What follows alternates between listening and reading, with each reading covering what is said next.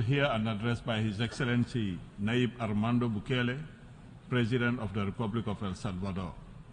I request protocol to escort His Excellency. On behalf of the General Assembly, I have the honor to welcome His Excellency Nayib Armando Bukele, President of the Republic of El Salvador, and to invite him to address the Assembly.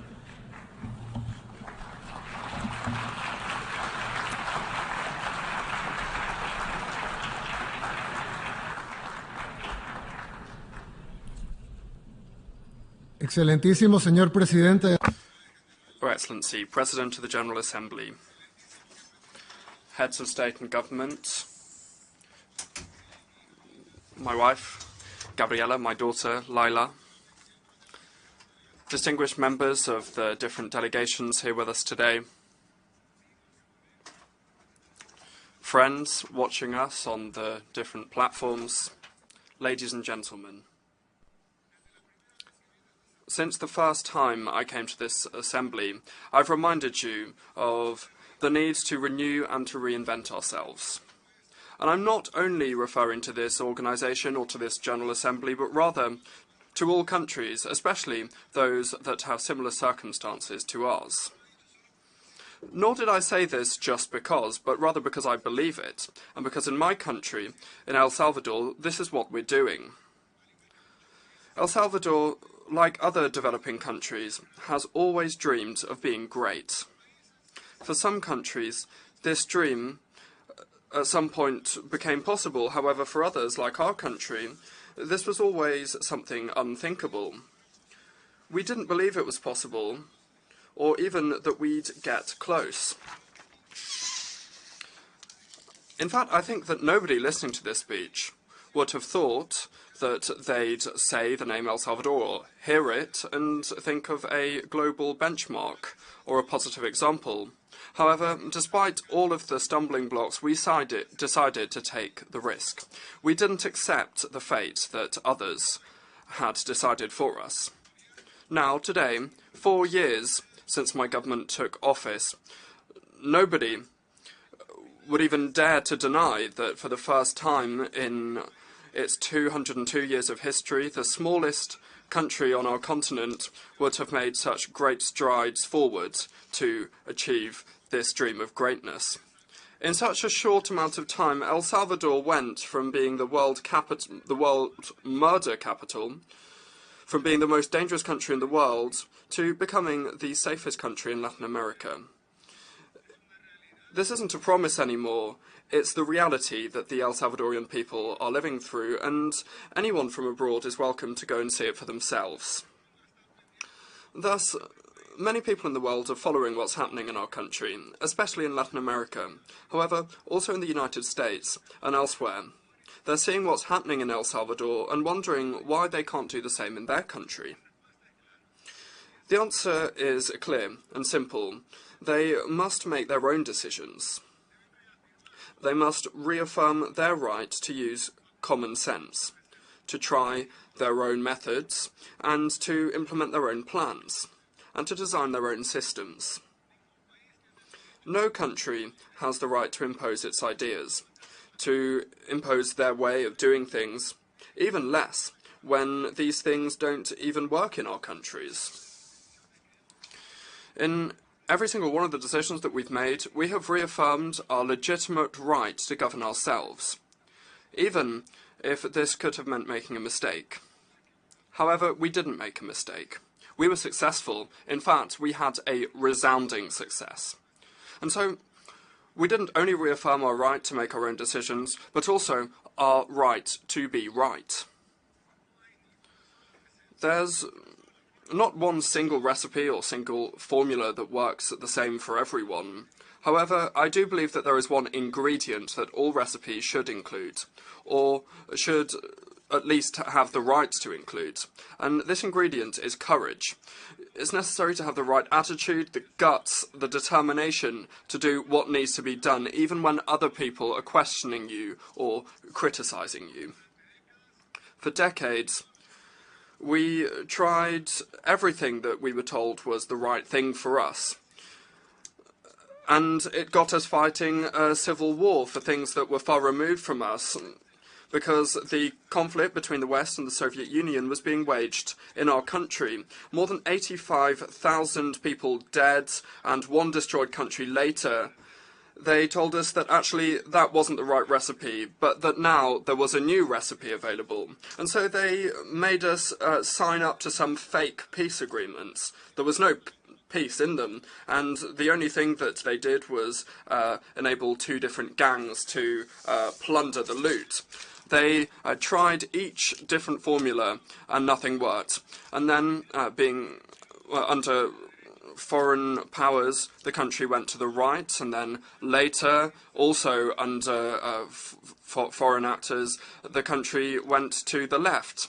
And that was the situation during the 30-year post-war period, where there were more deaths than during the Civil War, more poverty and more violence. Nobody did anything to change the root causes of the system, nor the institutions, and certainly not the laws either. Everything that happened over those years was done with the support, the consent, and the imposition of those who proclaimed themselves to be the great defenders of human rights and democratic institutionality. Rather than giving us medicine to make us better, in fact, what they were giving us was poison. They claimed that we should continue to do the same as what had been done in the past. They claimed that the same people that had looted our country and killed us should continue to govern or at least share power. However, this time we told them no. We turned down their poison, and for the first time we tried our own remedy. Thank God it worked. The first thing that we did was to ensure that we had God and the people on board, because no transformation that's worth its while can be done obeying external powers. And secondly, we created our own method, a method that was designed for our own reality, created by those who experienced this reality in our own flesh and blood.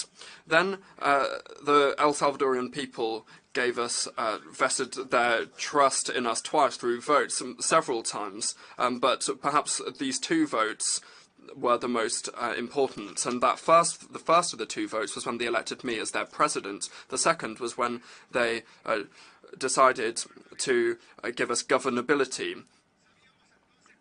Then we knew that we had an obligation to our people, an obligation to make the decisions required in order to address our most pressing problem, insecurity. We needed to make those decisions. The efforts that were being made to improve health or the economy were pointless if our people continued to be killed. And there was no point in transforming education if the gangs were giving orders in our prisons to murder our children cowardly and forcefully recruit our youth. We couldn't decide to invest millions of dollars in building and improving our road infrastructure if the El Salvadorian people couldn't even walk around the streets. And so we made the decision to purge the judiciary and the prison system, and then we changed laws to ensure that terrorists wouldn't escape out of prison anymore. And it was at that time that international condemnation started. Some countries, some media outlets, and some so-called experts started systematic attacks against us for all of the decisions we were making. People who never used their power or influence to call for security for our people who were being murdered suddenly started to speak against the decisions we were making to stop this massacre. Countries that never condemned the murder of between 30, 40 or even 50 El Salvadorian people per day suddenly started calling for explanations on why we changed the public prosecutor's office, why we changed magistrates or judges. Don't you think that's absurd to question us for that?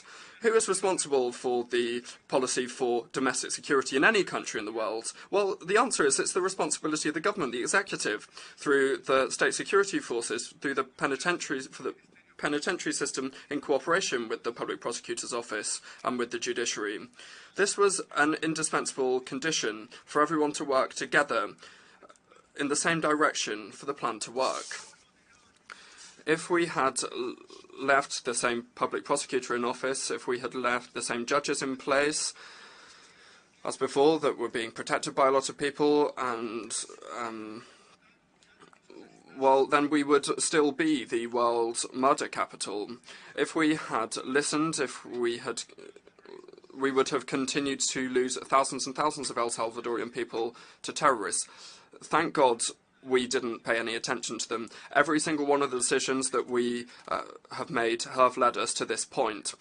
Today, El Salvador competes with Canada for being the safest country on the continent. We're not only the country in Latin America with the least homicides per capita by a long way, but we have also reduced all crime to a minimum level. People can now walk around the streets that for a long time they weren't able to walk around due to the gangs. Businesses are no longer paying extortion money. Children are now able to go and play in the park without being scared of being recruited or murdered.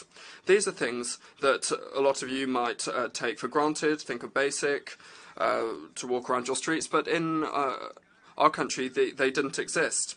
We have been criticised and condemned for all of the decisions we've made at all times. Intellectuals, journalists, politicians and organisations from across the board have been focused on a debate over what we're doing, and I've come here to tell you that there's no time for this debate anymore, because the decisions that we took were the right ones. We are no longer the world murder capital, and we managed to achieve this in record time. Today, we are a benchmark of security, and nobody can cast doubt on that. The results are there. They are irrefutable. In El Salvador, we did the right thing for El Salvador. And now we benefit from this level of security. We've been able to open up our country to the entire world. In this year alone, we received thousands of athletes at the Central American and Caribbean Games. We are the world epicenter of surf, and we have just signed up to an agreement with Google to digitalise the state and services like education and health. We are receiving more and more tourism, both domestic and from overseas. More and more people are coming to see what we're doing and investing in El Salvador. Many of El Salvadorians abroad that spent years without returning home are now investing in the country and have plans to come home. According to a study carried out last year, in 2022, by the International Organization for Migration, a United Nations agency, more than 60% of the El Salvadorian people who live in the United States, there are a lot of El Salvadorians in the United States, plan to return to El Salvador. We know that we still have a lot to do. However, we are on track to achieving our goal of reversing the mass exodus of El Salvadorian people as a result of all of the wrong decisions made in the past and the civil war, and to achieve our dream of having reverse migration for more El Salvadorian people to return than leave the country. And the studies of the very United Nations are already showing this. Within a few months, we will also be hosting Miss Universe. And that is another event that will put us in the eyes of the world and will bring even more tourism and even more investment. In addition to all of this, we are establishing more and better relationships with our allies who want to support us to build our country, to build our dream.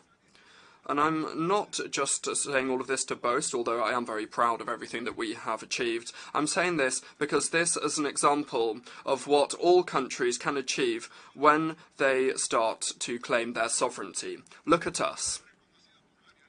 We were recognised for violence, and now we're recognised for our landscapes, our waves, and above all, for our courage.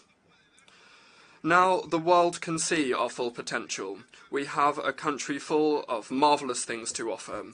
People who visit us can eat on the beach, can surf world-class waves at the perfect temperature all year. They can have lunch in the mountains and taste the best coffee in the world with volcanoes and beautiful lakes as a backdrop, and they can then have dinner in the capital with all of its modernity, commodities, and with the security that many cities in the first world would like to have. And they can do all of this in just one single day.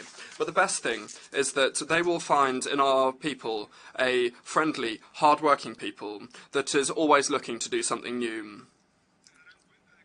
When they come to our country, they will realise that the El Salvadorian people are proud of being El Salvadorian, something that just a few years ago wasn't the case. El Salvador is being reborn because we dared to challenge ourselves, and we decided that nothing nor anyone should tell us what to do. We are still very far from where we want to arrive. However, we will continue to work hard and make our own decisions so that we can achieve this greatness that we aspire to. We believe that the world also needs to be reborn, but this is the decision of each different people. We, in El Salvador, are leading by example, laying a path that anyone can take. Thank you very much, and may God bless all of the nations of the world.